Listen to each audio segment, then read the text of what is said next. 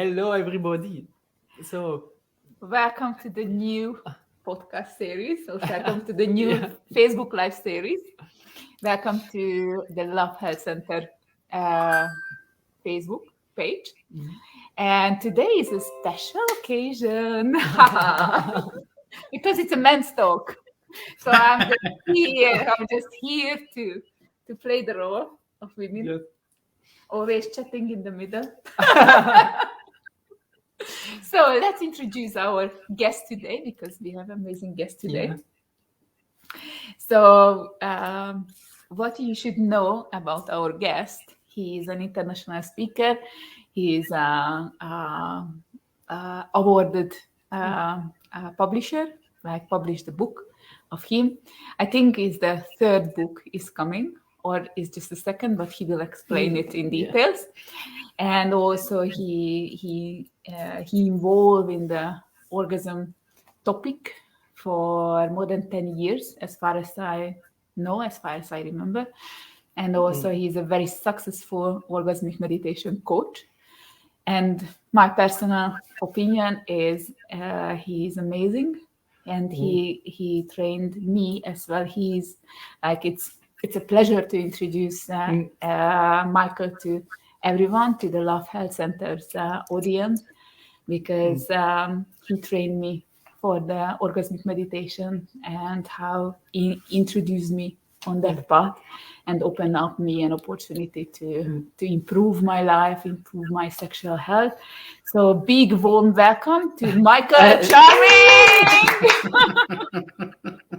And I was so surprised because I didn't knew. You are a friend of me, you are a friend of Katalin, and then I realized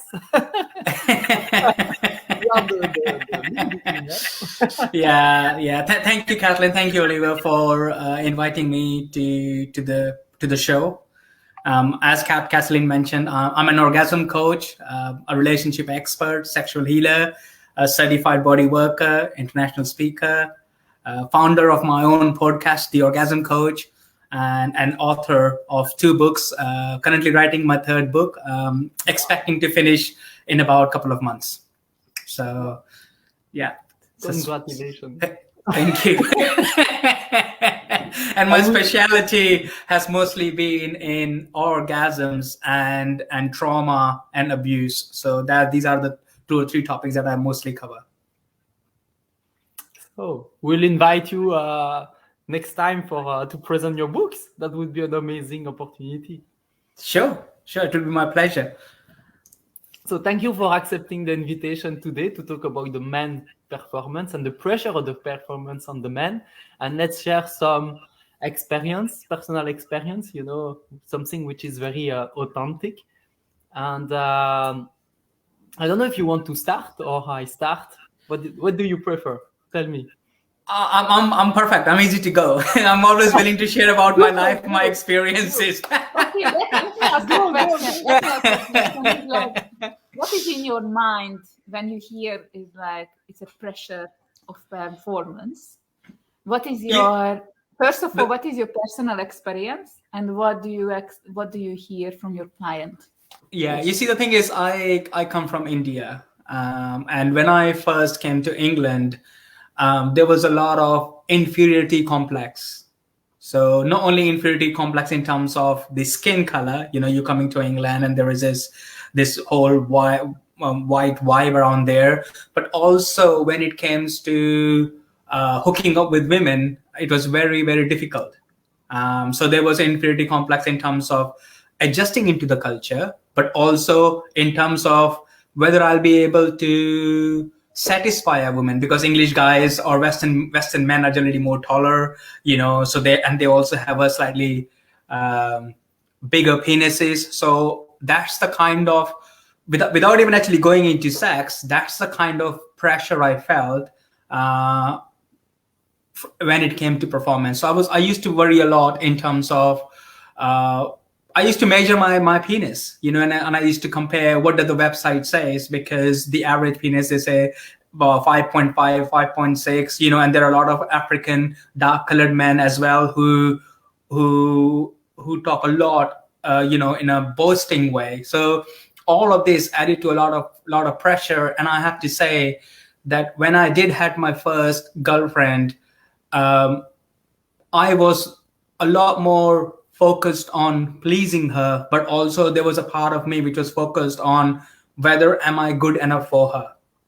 So even though she might be saying that, oh, it's all good, I have an amazing sex, she might be enjoying, but there is still this back in the back of my mind, there's this voice that's always been running around that says, I need to do better, because I don't think she might have had a lot of good experiences in the past, and she might be saying something just to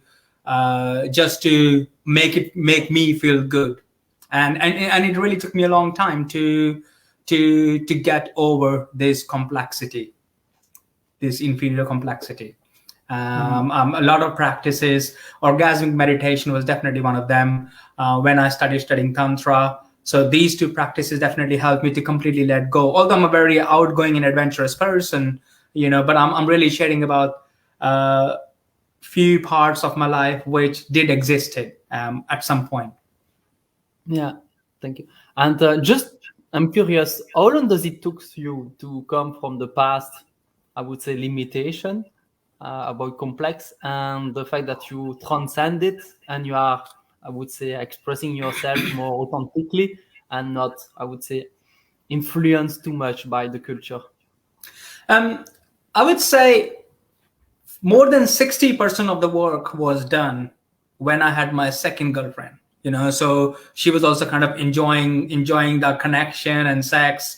However, there is still a lot of chunk which is still left, and I'm talking about even the subtle voice. Even when you're looking at other guys, and even when those thoughts are coming, they were still there, and that took probably about, I would say, at least 3 years, 3 to 4 years. It's like it. In a full nutshell, it took at least full 4 years for exactly that voice to completely be gone and never be spoken again, because I worked it through and worked on my confidence. And of course, after being in the journey of orgasms and learning a lot of skills about what are the things that really makes women climax or have those experiences, then I realized that actually, what, if my penis size is 3.5 inch erected, and it's beyond average, that's more than enough, because that's what they really need. I'm really curious, what was your turning point, or what took you further on the edge when you are saying, because whenever you have a limitation or a blockage, based on my personal experience, you are at the beginning, you are pushing through. At the beginning, it's a deliberate effort to go beyond. And when there is a turning point, when you are going on the really nice ride, when you are saying, yes, I see this, I see that, evidence is not just my theory in my head about the new chosen way. It's working. I can see the evidence of the reality. I would say I didn't really have a very specific turning point, as in that completely turn from going from left to right or going from straight to bending. I think it was more so, instead of going from 0 to 1, there are all these 0.1, 0.2, 0.3, 0.4, and you just keep on progressing on this journey. So as I kept on progressing, there were a lot of different signs that keep on coming, like also learning about orgasmic meditation, that as we did the CP program, so we learned so much through that program, right? Learning through Tantra and experiencing my own body sensations, being able to hold more, and a lot of partners saying they were experiencing different kinds of sensations. So there were so many different facets that added to it, and I think all of that just played part. And I think it's been years now. I think probably about 5-6 years when I haven't had even a small mini voice about the penis size. Just here, I'm curious about what is your 3 biggest takeaway of orgasmic meditation. Because I'm really passionate about orgasmic meditation and the benefit and all about things, what I could take away. In the previous relationship talk, people, you can watch what was my takeaway of the orgasmic meditation. And if you can summarize in 3 bullet points, that would be awesome. Sure. I would say orgasmic meditation for me as an overall, from my aspect around sexuality, was definitely a turning point. Coming into this practice, learning about it, and this practice affected me 360 degrees. My three biggest takeaways, I would say. First is ability to drop down from my masculine range, which I think this is the way it needs to be done. To be able to let it go, like let it completely disperse, and then expand the range to such an extent that it doesn't matter what kind of women I'm interacting with. I have the capacity to be able to meet her at her range. So that for me was just because as a man, I think when we are able to expand that range to such an extent, we actually create so much space for women, for other partners. So that was definitely one of them. Secondly, I would say being able to let go of goal. So what does that mean is that before getting into orgasmic meditation, if I was to have sex, every single time there was always this thing that there has to be a climax involved, right? Even if my girlfriend has said that, oh, I'm done, then I would be like, can you jerk me off? Like, can you blow me out? Like this needs to happen, right? Yeah. And I'm sorry, I feel so bad, saying that now, but at that time I didn't have that. That's where I was running for, right? But orgasmic meditation actually allowed me to just experience whatever that is. And I think it was about my third or the fourth week, or maybe fifth week of OM. When I had sex, I literally had sex for 5 minutes, and I said to my partner, you know what, I'm okay now. I don't want to have any more penetration. And she's like, what? I'm like, yeah, I'm so good. I'm done. Thank you. Can I please you in any other way? Because I don't want any more penetration, and I didn't climax. I haven't climaxed, So that's definitely one of, the second point. And it added a lot more later on, because that was my first experience of being full and still not wanting to have climax, so that experience. And I just continued doing the practice and keep on reflecting on it. And it just became a part of life. Third thing I would say is being able to develop a discipline for a sexual practice, because it's very easy to have sex, right? It's very easy to start caressing something, and then leading that to a sex. But to be able to develop something that's so intimate, so deep with someone, which involves genital and not getting that into sex, and just keeping that as a practice, I think that has been a very beautiful skill, because then that skill could be I have been able to apply in so many different instances in my life, with different dynamics with different people, in relationship, in my boss, in so many different aspects. So these are the three things I would say, my biggest takeaways. Wow. Thank you. That's amazing, Shay. Yeah. Thank you so much. Yeah. So Olivier? Yeah, for me, the first, I would say, performance aspect is indeed about the sizes, because indeed it's visible, and we think that because we have it as a man, we have a penis, we need to act, to do something with it, and to give pleasure.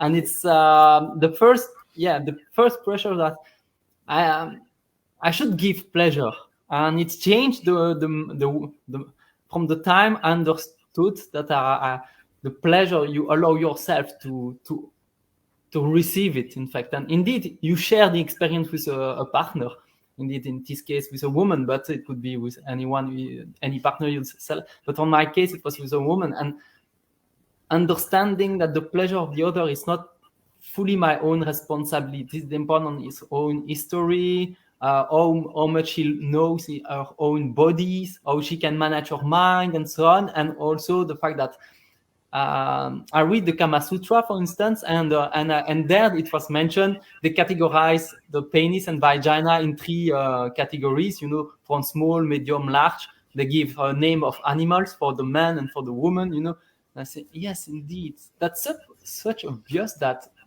if there are big and small penises, all the spectrum of the sizes, it's the same for the woman. But nobody talk about it. And I say, wow, of course. You don't see the vagina because it's inside. It's I would say it's hidden. It's not out.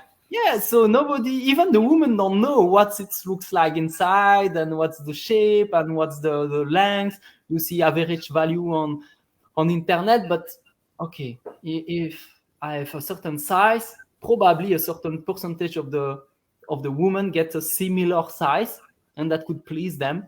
Indeed, it will potentially, that's my thought, not please women that have a bigger vagina or smaller one, but at least a certain range it could fit, and that was the first breakthrough when I understand that, and I say, oh, one day I would love to make a project to reveal that, so that it becomes very visible for any man and woman, that because I think we can learn a lot learning the internal shape and the matching of the sex, because big and small is relative. It's function of the other or the partner and so on. So it's just because of having a penis makes me think, oh, I have to do something. And once I experience orgasm without any contact, without any genital contact and so on, then I go to a second step and I realize that, oh, in fact, even the pleasure is not the monopoly. It's not depending on the genitals. It's not depending on the woman. It's not depending. It's just a skills, a self memory that I can build also with orgasmic meditation, for instance. And it opened me a much more wider spectrum of pleasure. And just, okay, let's be there and just enjoy the moment, really enjoying the moment.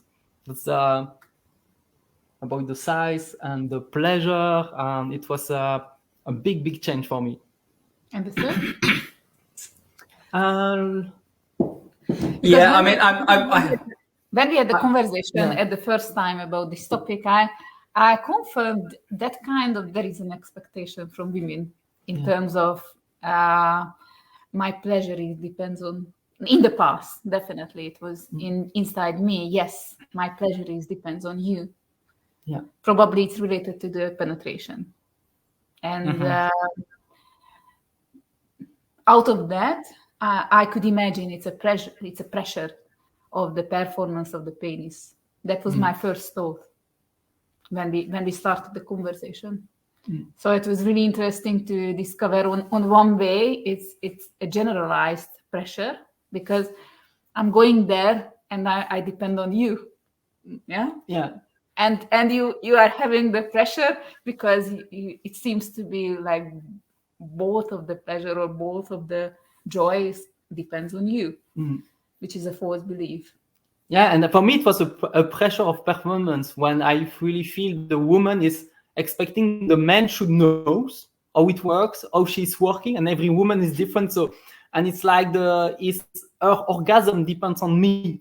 I should know, and if she don't come, it's my fault, or I'm not adequate in the manner I do it, and so on. And I say, what a stupid pressure, but it was there at the beginning. It just, okay, that's not fair, because I'm not responsible of it, But I understand, because sometimes also what you feel with your penis. Sometimes I don't know if you feel the same, but the vagina is. I imagine it's based on the sensation on the penis and the gland. It's really changing a lot. Sometimes you feel quite no contact. Sometimes very soft. Sometimes very much harder or more strong or rough. And sometimes you feel that the vagina is more compact or closer. Sometimes less. With the same partner?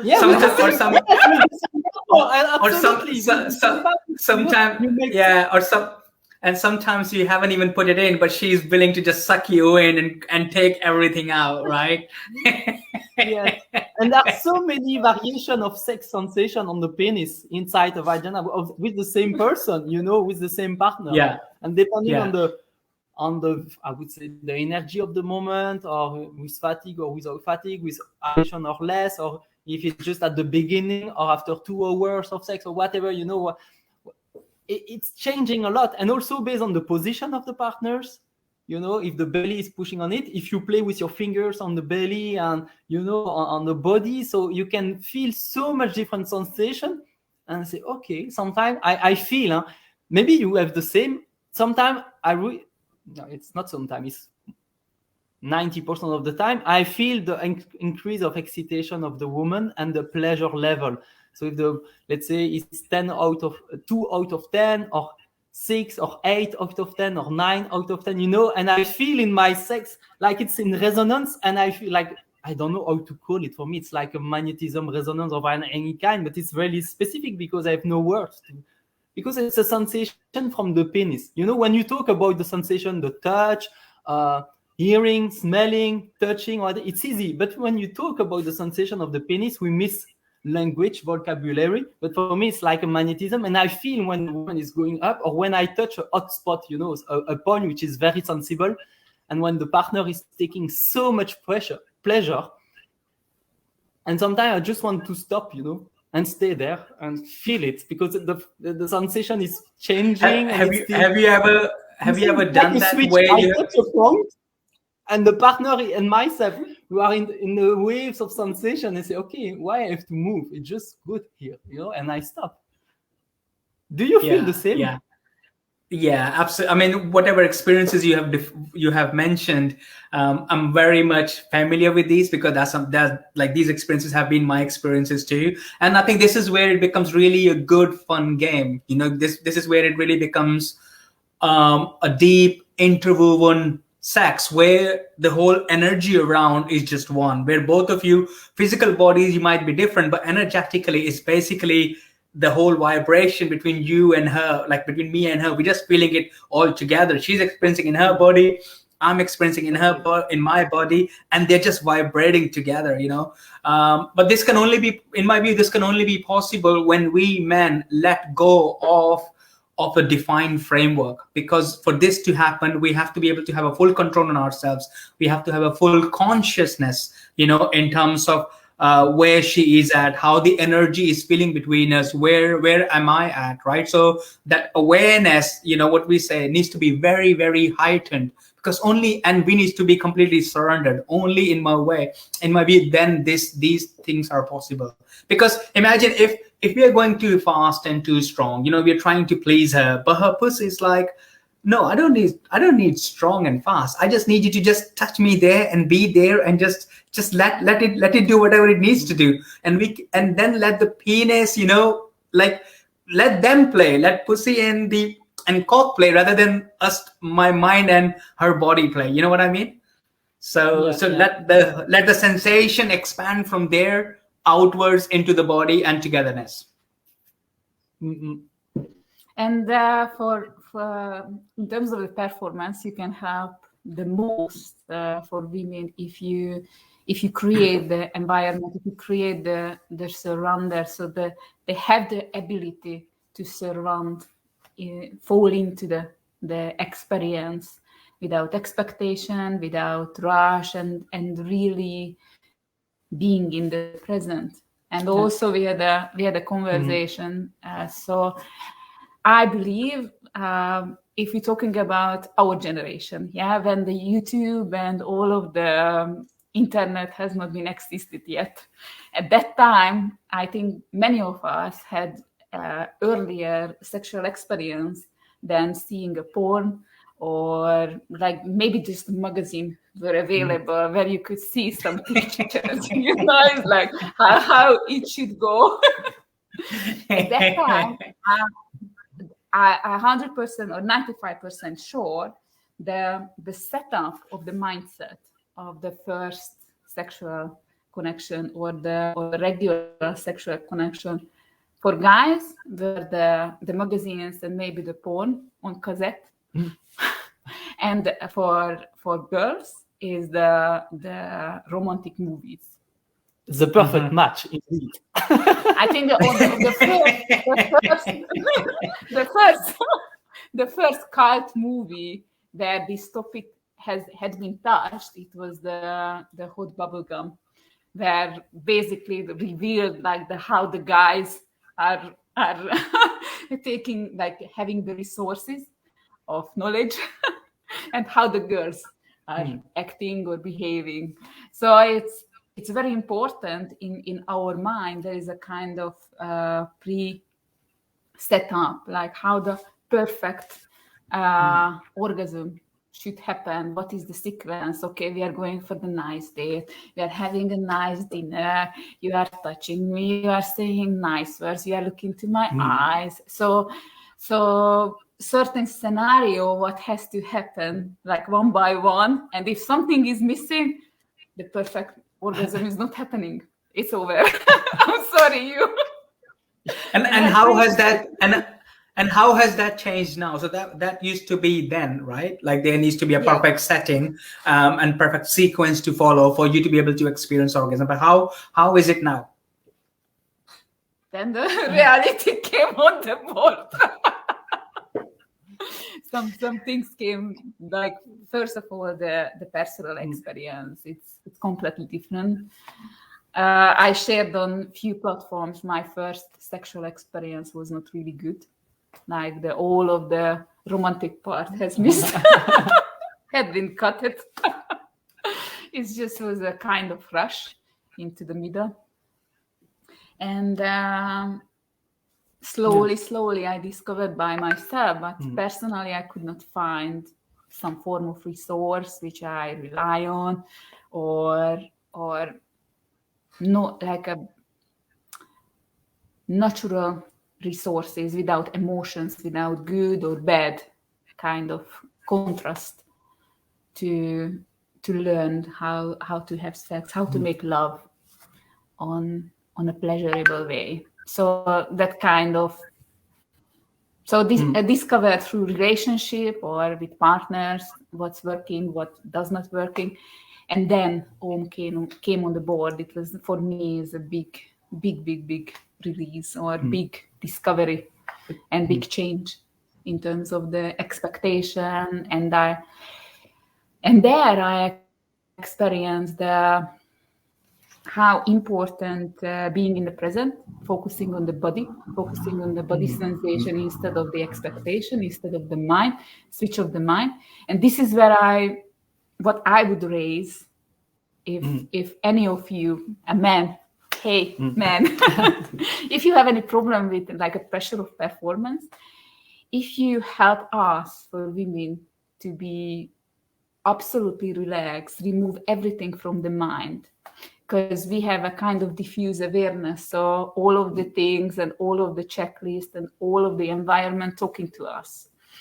It's like, okay, even I can see the curtain is not perfectly aligned. I can think about the curtains instead of what's happening in the room. So that's the tab. This is one of the biggest help for a woman. If you give this support, it's like everything is here for you, for the pleasure, and we just focusing what is here right now. Yeah, that's two big tips. Absolutely. Yeah. Because she told me in the discussion this morning, indeed, if the man was not following, that romantic script, in the past, it was like the perfect orgasm will not come, so she gave up, she blamed, or she judged. Something inside you will block the process because it's not the way it should be, So it's like a unique way of accessing the pleasure. And the second, indeed, is about the diffuse awareness, like every object talking to her, like, and not just the object in the room, is like even the smell of the body, did I shave well? So even if I notice, I did a mistake with the shaving, it's like, oh my God, he can see the hair on my leg. Well, in the past, this is also, I think, comes down to performance as well, right? In the past, before I started OM, what I would do is when we have gone through that romantic setting, I've taken her out, we have had a really nice dinner, and we are a little bit tipsy, and she's romantic, and she's ready to wanting to have sex, and I'm also ready. And then we are there when we are having sex. Suddenly she's thinking about something else is coming up, and she's talking to me about that. I'm like, I would get angry. It's like, why the hell are you talking about that person? Or why the hell are you talking about something else when we are having sex right now? Can you just not forget about it? So that would be my way of speaking out.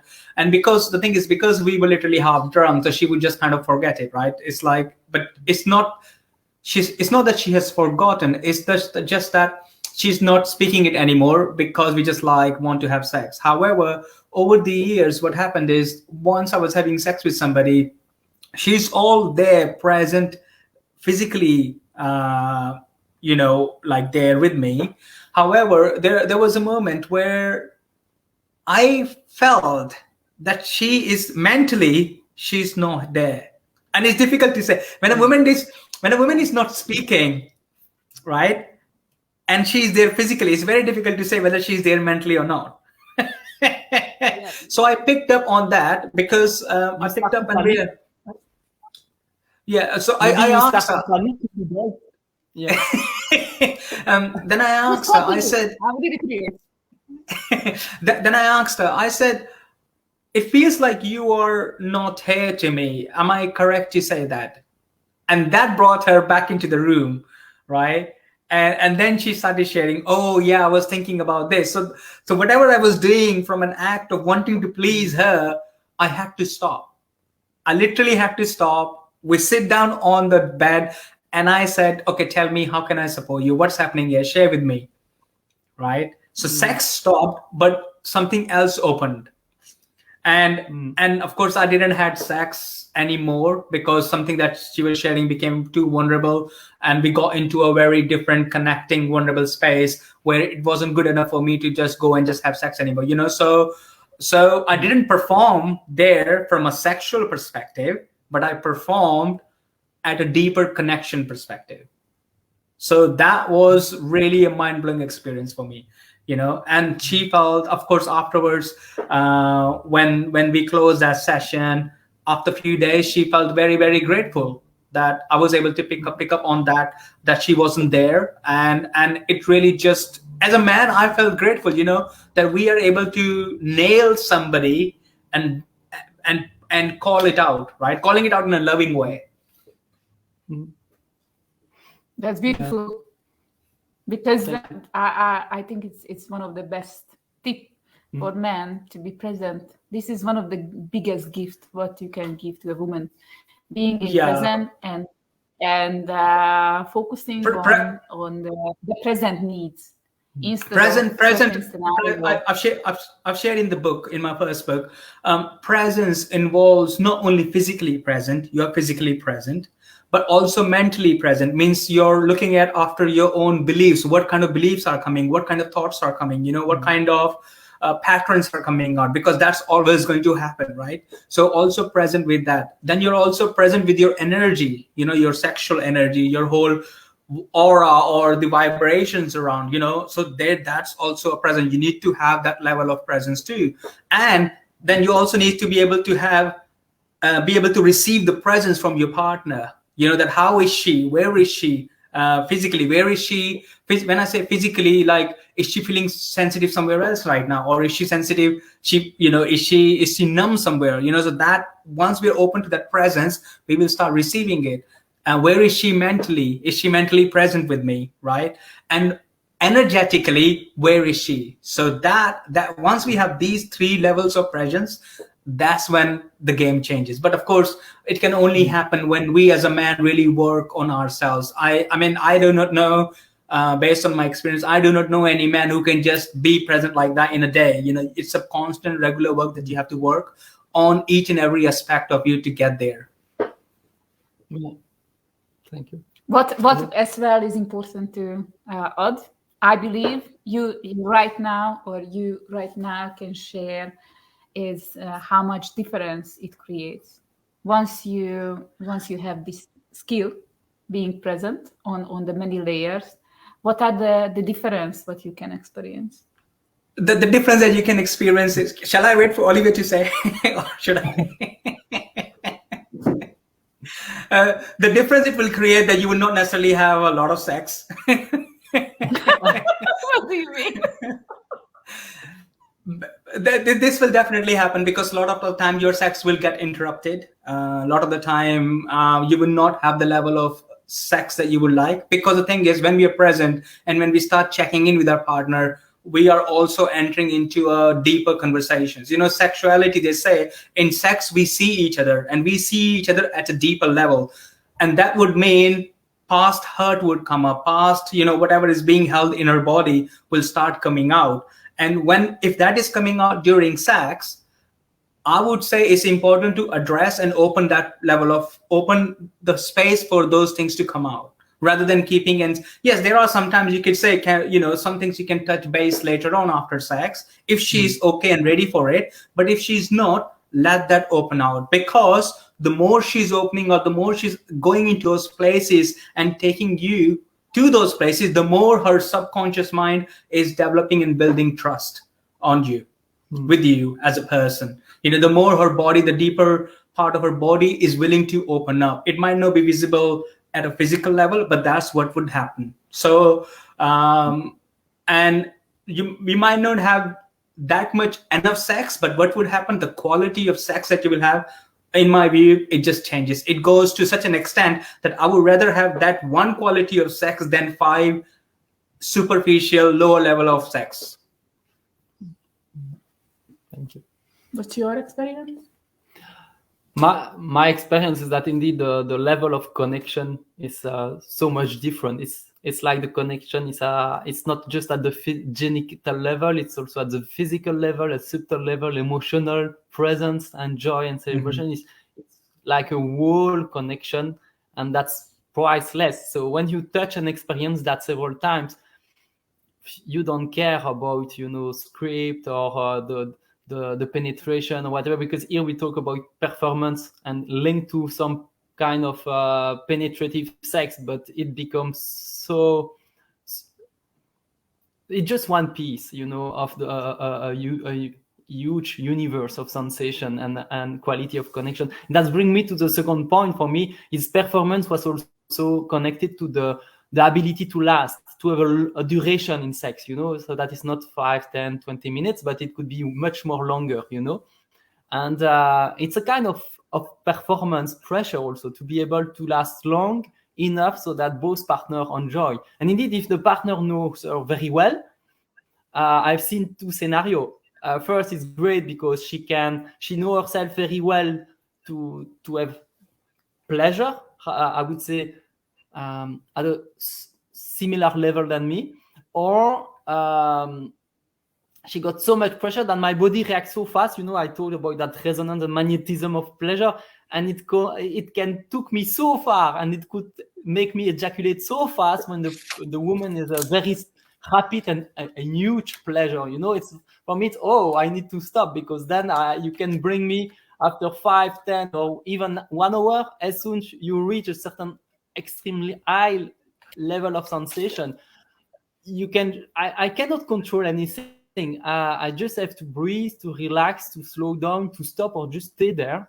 And Katalin was giving an advice that when it arrived, indeed, when it happened, you can just stay, but stay inside, because if the man feel it's coming and you want to retract or go out, it could be even also an extra frustration for the woman. Or at least for her, she prefer I stay in than going out. Just stay in, feel the connection, be present. And one advice that I was frustrated is that I started to read books about sexuality. I was 16 years old, 19 years old, and so on. And most of the advice is, okay, if you feel that you are close to ejaculation and to the climax, and then indeed you lose the erection, think about something else. And I was so frustrated because I don't want to think. Because for me, I tried that advice, but it's so. I was even more frustrated because deeply in myself, I know that if I want sex, it's because I love the connection with the partner and the intimacy. And when I'm thinking about something else, it's like I'm not here at all. I'm not in my body. I'm not with the partner. I'm just thinking about something that can disturb my pleasure. And say, what an extra frustration. And I say, yeah, I need to do something else with my pleasure. When it's very, very high, I can just make use in a different manner to transform that sensation into a quality of I would say energy in the eyes, or the touch, or the presence, or the love. You decentralize the pleasure just from the genitals, so when it becomes too high, and you can diffuse in the body, in the legs, in the chest, and then express with sometimes you feel the heartbeat so strong, or you feel like sensation in your skin, and you feel some extra ability of body awareness, awakening, and ability to love your partner a different way. Maybe send positive thoughts to the partner, a silent gratitude and smile and touch of the skin, which is way more profound because it's come from a very, very intense source of pleasure, and then it can really diffuse. When I combine that, and I was happy because I learned that intuitively, progressively, reading books about tantra with orgasmic meditation and so on, because I want to stay present, because the key for me is staying present and not disconnecting, because I'm sure that at that moment I feel frustrated, but the partner, the woman, feel that I'm disconnecting because I'm thinking about something else. So I don't know if you have similar stuff, but for me, ability to last, it was also a learning point. It is definitely. Well, yeah, women expect, and I think this is something we pick up, when we watch porn, how those guys last so long, right? There were times in my life where what I would do is I will drink a couple of beers so that I can numb the sensation. I will make her drunk so that the whole show would last, and it did last. We have lasted the whole night. So I've had a lot of sex with a lot of partners in a way where we lasted the whole night, and the next morning my cock is swollen and her pussy is swollen. We can't really have sex anymore because it's really, really painful. So that's also because of the way we were in the level of understanding what performance is. However, the definition of performance has changed. I'll give you a very good example. Today, India versus England, there's been a cricket match, the test match, right? So test match is a 5-day match, and of course, both the teams wants to win the match, right? But now what happened is India was already winning. So what England wanted to do is not to lose out. And in order for them not to lose out, what they needed to do is to play the last 5 days without losing all their wickets. It's like when you have a football match, and if one team has scored the goal and you're in the last 5 minutes, the team that has scored the goal, their goal is not to score any more goal, but just to keep the ball within them so that it doesn't go to the opposition, and just to have the timeout, right? So that's the level of, so that when they're doing that 5 minutes, they're performing not for the goal, but to manage that situation, right? In the same way, the definition of performance has definitely changed. So my ability to be able to hold her, during that time when a lot of emotionals are coming up, when she wants to go highs and lows, that my ability to be able to hold is what becomes my performance. It's no longer about I need to reach climax or I need to make her reach climax. It's about whatever comes in, we will deal with that, and I will deal with that without getting angry. I will deal with that without getting agitated, or without frustrated. That's a level of performance, because that's my man, right? A second point that you've touched on is the erection. There is this performance of, the movement is going to go away. So we have worked together, we have been intimate, and I'm hard on, and suddenly she got something that she needs to do something, and I'm like, no, I'm not going to be hard anymore, right? So there is this pressure of performance on that, right? And what I realized is, over the years, that the more I did my tantric practices, I realized it's so much easier to generate the hard-on. As long as there is love, as long as there is sexual energy, that hard-on is easy to generate. It's just a matter of being with it, whatever it is. Even if it's not a hard-on, you're making your partner being okay with it. She understands it, and then you just start the whole vibe, whole chemistry all over again. Right. So I think there's a lot of this performance, both I think performance of both women and men, that moment, it's just going to go out. So we just need to hold on to the moment and just keep doing. Yeah. And this is the question is like, what would you suggest for a couple when they are on that point? It's okay that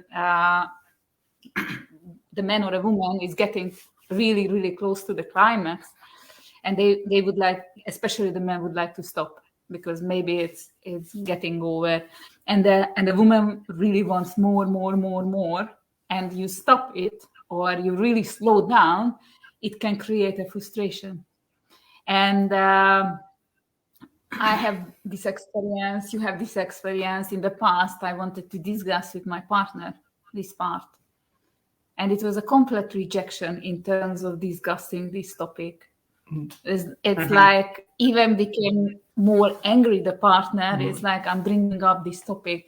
But my point was bringing up is not create pressure on the performance. I want to create a solution in that moment because it's naturally, it's biologically, it's a clash. I want something different and you want something different. And so would you suggest for a couple who has this conflict, or how they can go over it, how they can communicate? Because it's basically is a kind of like a function like our earrings or our visibility is like, if we could talk about the sexuality on that level as our vagina, as about our ears or eyes, would be so simple. But somehow we are not on that level yet in terms of the society and the culture and the need and regularly. So what do you suggest? I mean, you're definitely right. You know, anatomically, we men are constructed in such a way that we are much more easily to orgasm, climax than women. This is just a bodily, the way the body is designed. And if it does get to a point where she is wanting more, but the man is at a peak level, that if he does more, he's gonna go. I think women would rather wait, but have more longer sex than him getting done with. And what the benefit, the advantage that men have in this regard is that if they have that level of consciousness and presence and discipline where they feel like they are going to like 8, 9 and they can stop, the good thing is there's so many different ways to please a woman, right? She is already in that state of hyper experiencing this. What he can do is he can use his fingers and stroke on the right points within her body, near her cervical, that would still give her the same level of pleasure, while also allowing him to buy the time that he needs to recover. You know, women, what's important for a woman is that she feels held, she feels supported, she feels connected, she feels caressed. And if you're touching those sensitive points which are already aroused, for her it will not make much difference, like maybe marginally, but not that much. And then he recovers it, then he comes back in. It will only make things more and more better, because she has now tested him.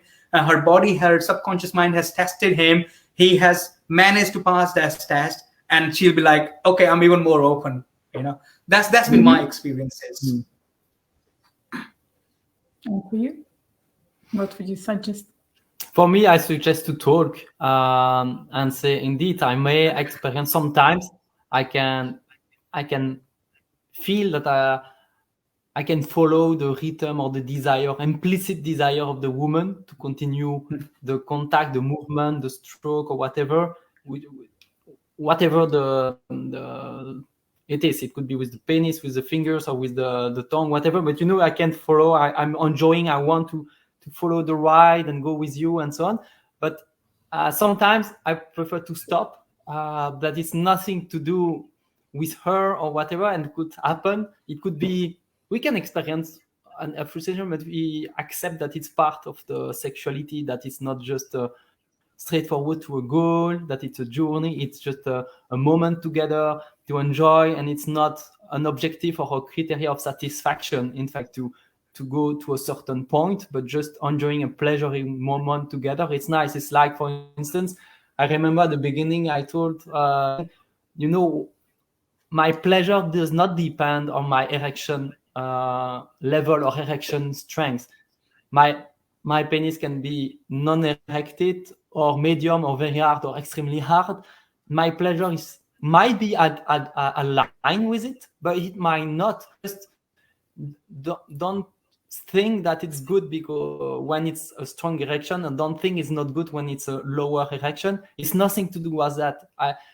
Touching my penis or loving it or just enjoying it just awesome, whatever it states. Don't focus on it. It's not a criteria for my pleasure to have a big or lower erection. It's nothing to do. And I think it's like, there are many communication we can recommend and encourage. It's like at the beginning of a relationship, for instance, it's nice to talk about the libido and the sexual desire and say, okay, what's for you the ideal or the best, I would say, frequency of sexual connection, whatever is it penetrative or not, because indeed out the performance when it's fingering or licking or and stuff like that, it's totally different, and you can find your own way with your own intelligence with your partner. But think about the frequency of relation, the sexual relation that you desire from the beginning, because indeed if one say, oh, sometimes once a week, and the other says like twice a day, it's not a kind of match. To be honest, then you work together. If you really want to be together, if there is something that you really desire, we want to be together, then you both work towards each other over a longer period of time.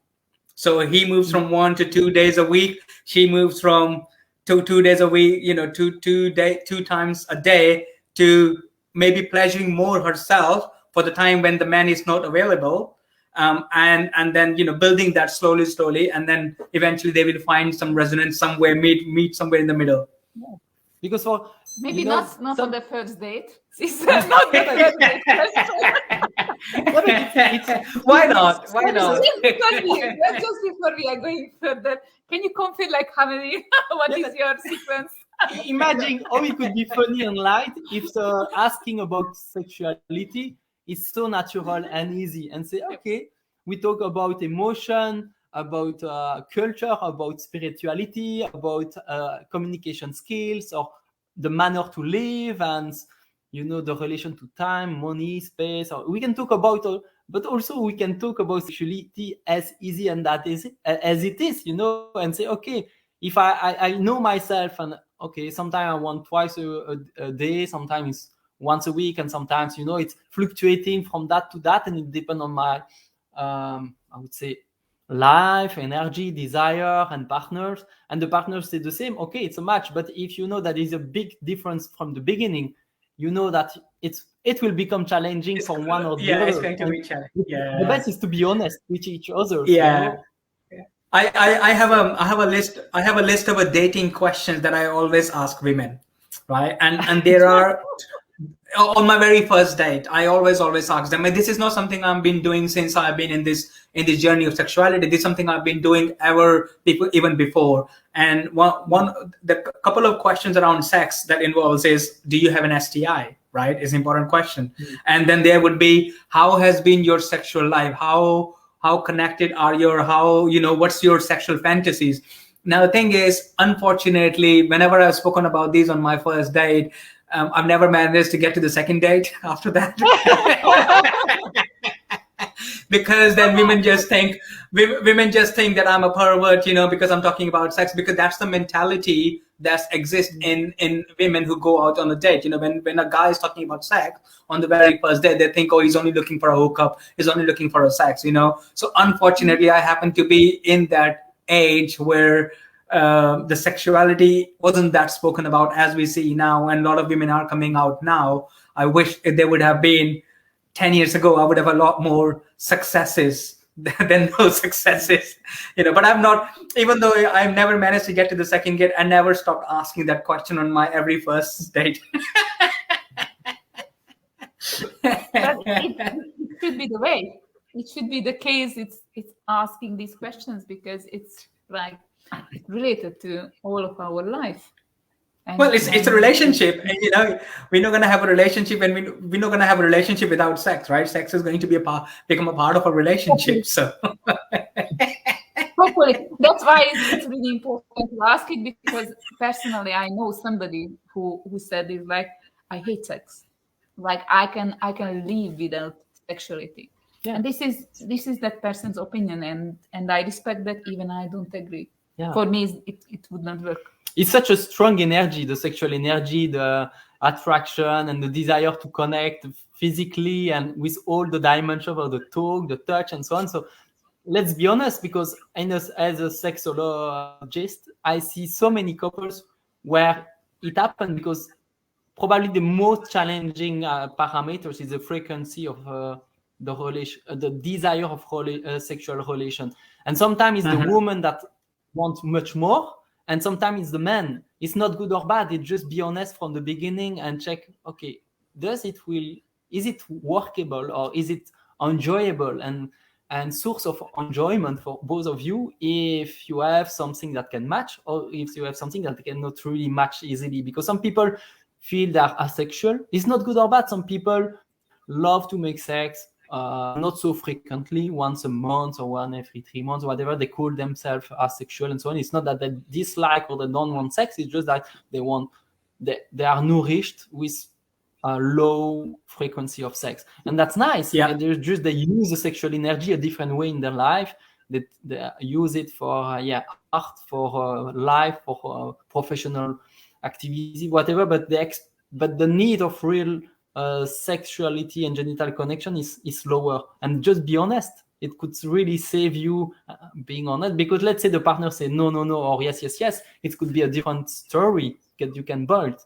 And it's better to be honest with yourself, even at the risk of shocking the person. But at least you are honest with yourself and you share who you are. Beautiful. Absolutely. So let's just recap quickly. Yeah. Is like what we can suggest about the topic.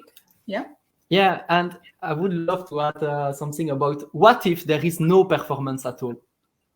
Imagine if the man from now start to think about, okay, there is no performance at all, because performance is more a term for machine. I'm an engineer originally, so it's about efficiency, productivity, achieving a goal, a rate of production, whatever. But okay, we are not machine at all.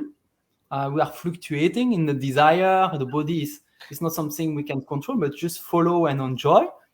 And what if there is no performance at all in my vocabulary? Because indeed, when you make you lick the pussy or you fingering, what is the performance there? What if you just do that for the pleasure? What the full range of possibilities of scenario and fluctuation and the creativity that every moment you connect with your partner is always different. It's way more enjoyable. There's not something that you the same dish every day. It's just every time a new scenario, because there is no performance. You throw it away, and then you feel sometimes like, okay, because I discuss also with Katalin and say, okay, sometimes I feel a strong or lower erection, but whatever that, I feel your vagina is sometimes so big, I don't feel the end, or it's why is it? I can move that, whatever. Okay, I feel it some way, but and sometimes it's so close, so spongy, so so much lubricant. Sometimes it's so the contact is a bit like magnetism. It's a specific sensation. I cannot translate it because the sensation of the penis is very specific. And I told her, do you know that light it's so much spectrum of sensation? It's always the same, even the same, especially during the moment of, let's say, 1 hour. It's so much fluctuation. And I didn't knew. I don't feel that way. Is it really? Yes. While I'm inside, I feel all those change of shape, of pressure. Or you sometimes I feel like you coming closer, or you touch me, or you press me. Sometimes you move. Sometimes I feel a hot spot, and you feel near the cervix. A very sensible point, and so on. And sometimes that point is disappearing. Where is it? I feel my penis. Oh, that point was there, and it's not there anymore. I feel it's like looking left and right and saying, "Oh, it's special. That one was very very high pleasurable," and then it's disappeared. So the penis in Wonderland. Well, that's why I say the women usually don't feel what we feel as a man. Yeah, and when we share that's that, why it's a different story. That's why they say, have you heard the term universe? Universe, because her yoni is a universe, like so much in there. Yoni. So we're just typing in the comments if you are being familiar with the phrase. So let's just recap because the time quickly passed. Yeah, so fast. Yes, it's first of all the performance itself. When we talk about sex, it's not existed. It's like a false belief. And for you as well, in terms of the penis performance, you shared and discovered like how many ways it's not related to the size, not related to the duration. It's more related to the sensation. Could be. It's a big difference between the female and male genitals, or it could be related to the size some way or another. We are not saying that some extreme are not existing, but if you are honest and we learn about it and so on, and we can play with it, for most of people, it's not a problem. But when you match physically the size altogether sufficiently, okay, it's a complete different story for both partners. Don't focus on it. It's just, but indeed, women can have a big vagina relatively to the norms, and they would prefer a bigger penis, or at the contrary, they are smaller vagina. They don't know, but they would prefer a smaller. Everything, every combination is possible. So talk, learn, and the most men and women knows about the shape of the vagina, I think it would be the best for both of them. So we encourage everybody to express themselves freely about the sexuality and asking questions even on a first date. Because what's your penis size? My vagina size is 3. What's your penis size? You can. I'm just kidding. Sorry. Sorry. I would be curious, like how many men would be offended by this question. When the interest is not offending, it's just I want to match with my vagina. Is that compatible? Please don't be offended. I just want to match the compatibility. Make it fun. Make it fun. Yes, make it fun. We encourage everybody to find their vocabulary, to find their way to express, especially for women, for their desires, and also the main point is to finding the pleasurable way for both of us, even it's a one night stand, or even it's a longer relationship. And even to last and have a longer connection, you can learn. Every man can learn about it. There are some courses you can learn. Also, orgasmic meditation can learn to stay in the eye sensation or play with the sensation and being just present and feel. You have a different time frame also in your mind because you are out of the time and you just are present to the sensation. Sometimes you don't know if the relation lasts 5, 10, or 1 hour. So it could even 3 or 4 hours. Sometimes you say, "Oh wow, you look at the time." It's so because you lose the conception of the time. You are just in the present moment, and you play with the touch and so on, the kiss, and you change. You create your own script, but you can learn about lasting and feel the connection. Because I think it's true that some women want some kind of ability to last, and it's fair. Indeed, if you prepare yourself for a long trip, after 100 meters, you come back home. It's not so funny, you are ready for a long moment and then it stops. So we should be very practical, and there are tools to learn about it. So please, if you watch this live in replay, use #replay and add your question or add your curiosity to this live, and please share if you found it useful, and maybe this live can help to someone else to open up a conversation to their partner just because they see this live. And the last tip from you, Michael, about the men performance, a tiny bit of extra tip and bonus. I would say for a man is, a lot of the tips have already been shared. The only additional tip I would say is for a man is to start exploring the world of energies.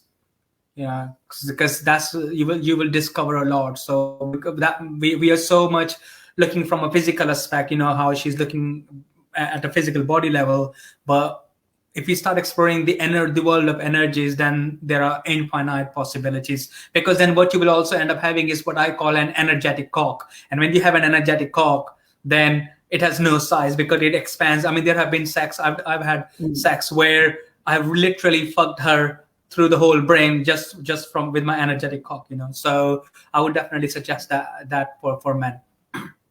What would be the first exercise, or what would be the first crumble where people can find information about? Regardless, Google it. But what do you suggest that they start this journey? I would say one of the best things to, if you really want to focus on energies, is of course to look for the courses. But if you don't want to do that, just start focusing on the sound vibration that happens in the body. See how that creates, what impact that creates. Find out more about chakras, this 7 energy body system, this energetic system. Just play around with that, and then let the energy path unfold. Maybe would you mind to add some YouTube links about it in the comments? I'll be more than happy to share the links. Yeah. Okay, and also from your website, is there an article or something? Yeah. Please share it. And also join Michael about feeling your own body, because for me, when I have had the chance to feel orgasm out of any genital contact, and it's all about feeling your body in a different way from inside, all the sensation energetically, but also the sound effect, the effect of the sound, and the ability to move in space on the yoga, stretching, muscling your strengthening your pelvic floor, and then you can yourself massage your prostate, and you can play with your sensation. You can feel that, in fact, the penetration is not the monopoly of this amazing sensation.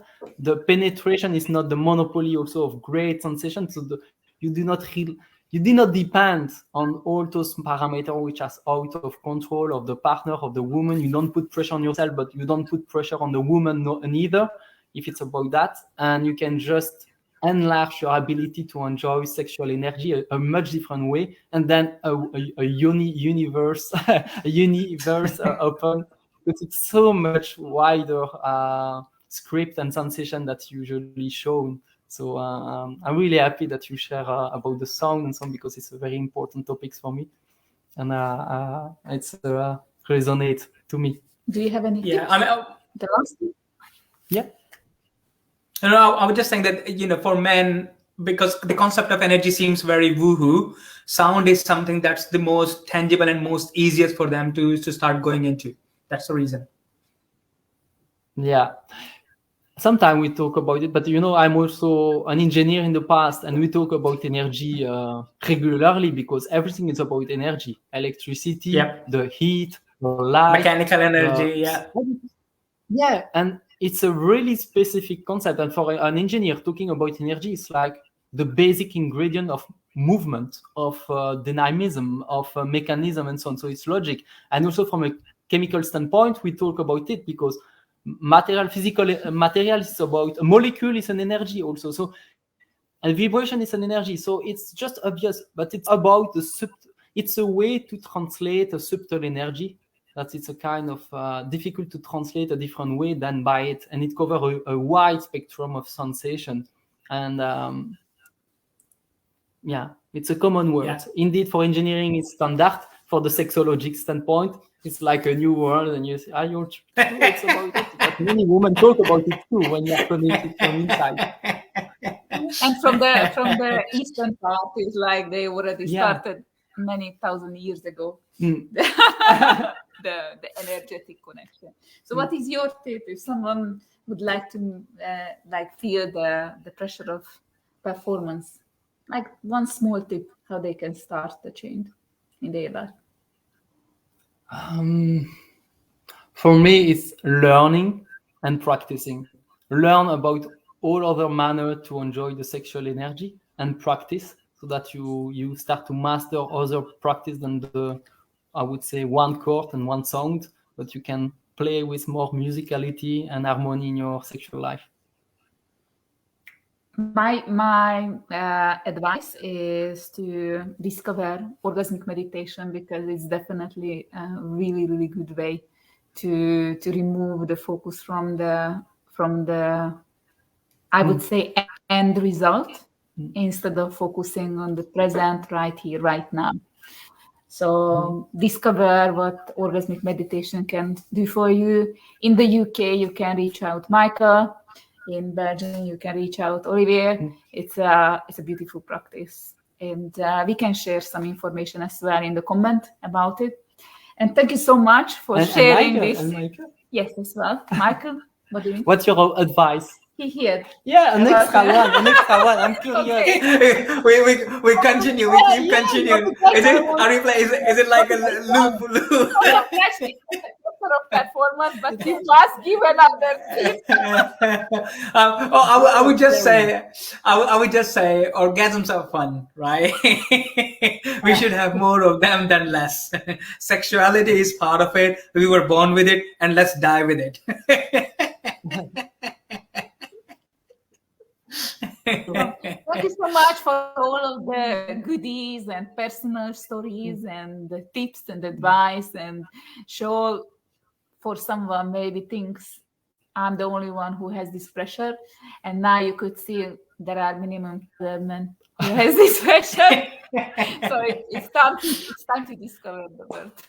Thank you so much for being here. Thank you, Michael. It was such a pleasure to connect again with you and spend that it's my pleasure. Pleasure. Yeah. And see you soon for your next book. Yeah. Thank you. Bye-bye. Bye-bye. See you guys. Bye.